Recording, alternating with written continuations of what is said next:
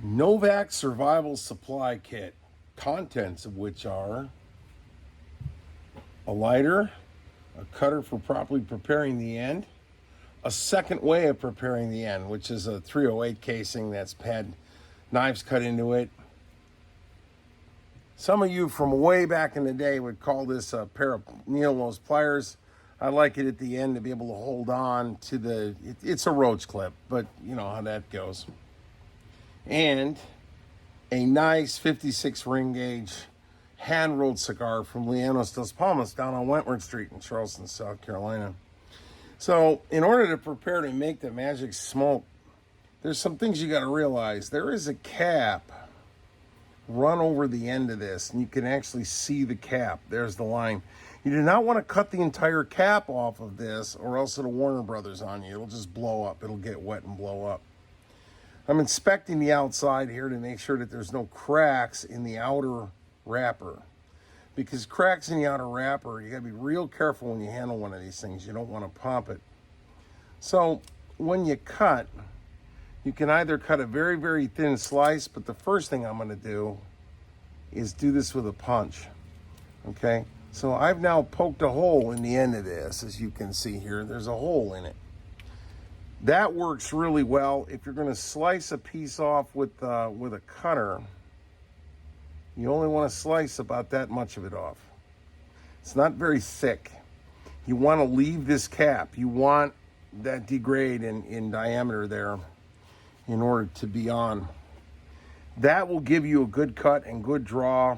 The plug method works. There are other ones that cut V's. I like V cutters. I don't happen to have one in the Novak Survival Supply Kit. And you need some fire. And this is a classic example of something that a good hot fire will fix. I'm going to take a little bit of the fire and we're just going to kind of caramelize the outside of this a bit. So you see how I turn that black? That's all you want to do. You don't want to light it on fire. You just want to burn that.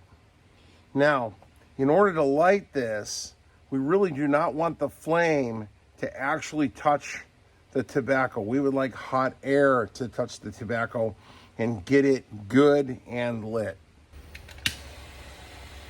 This is a little more torch than the average guy has to play with, but so what we're looking at doing here, you see how we're actually making fire there even though the flame is not touching it?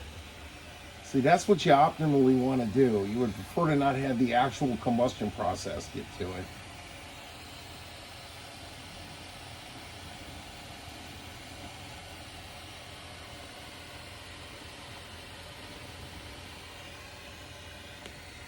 There you go.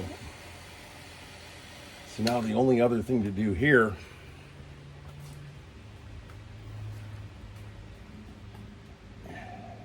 is to put some of the magic smoke on the equipment. Yeah, baby. At the end of the shop day,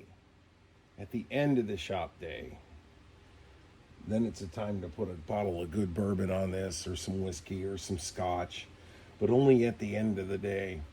The problem with consuming this stuff during the shop day is that it does affect your manual dexterity. And I got news for you. These are where it's all about. Small batch, drink it in small quantities and enjoy it. This is not about fire for effect. However, that's Anvil's take on it.